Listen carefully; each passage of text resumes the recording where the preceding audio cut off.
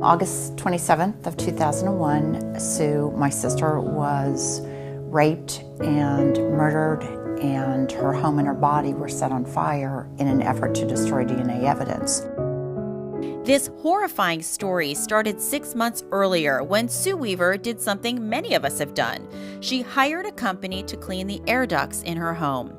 She never could have imagined that the large, well-known business she called would have subcontracted the job out and allowed 2 convicted felons to show up at her door.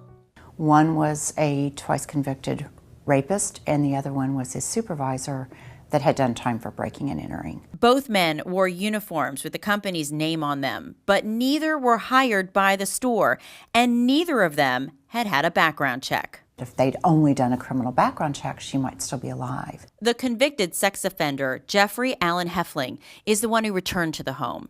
He had a long rap sheet of violent sexual crimes and was actually on probation when he was sent on the original call. Heffling even reportedly admitted to spending 14 years in prison when he applied for the job. Still, no background check. If you worked in their store, they did criminal background checks, but they failed to make sure that the people that they were sending into your home were safe workers. Heffling is now serving multiple life sentences in a Florida prison, and the family got a big settlement from the department store. But that wasn't enough for Sue's sister, Lucia. And I just had this passion that I needed to do something in her memory.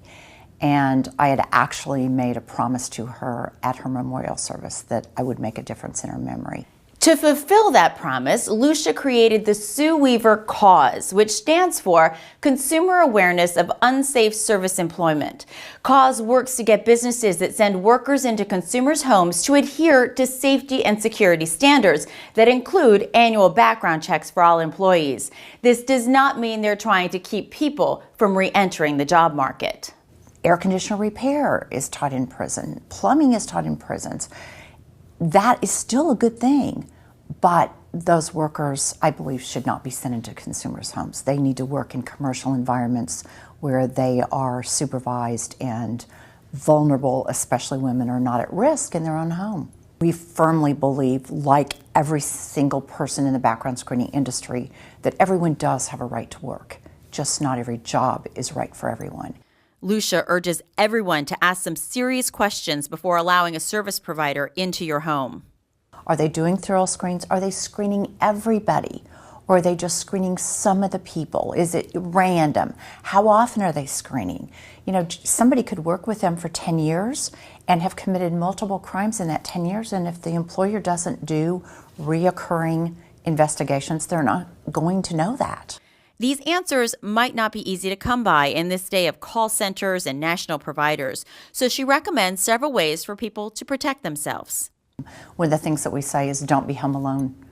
Invite a friend over for coffee, just so that some other adult is in the house with you and your children are not protection at all. If you can't have someone in the house with you, call a friend and tell them the name of the company and the name of the person doing the work. Have a back door unlocked so you can get out, and don't follow the worker around the house. Multiple stories where women, particularly women, have been violated because they've gone down the basement with a service worker. There is no possession in your home that you need to protect. You need to protect yourself. Background screening is a relatively simple step employers can take to prevent such tragedies. Companies that do screen their workers can get cause certification. Look for the cause symbol for extra peace of mind.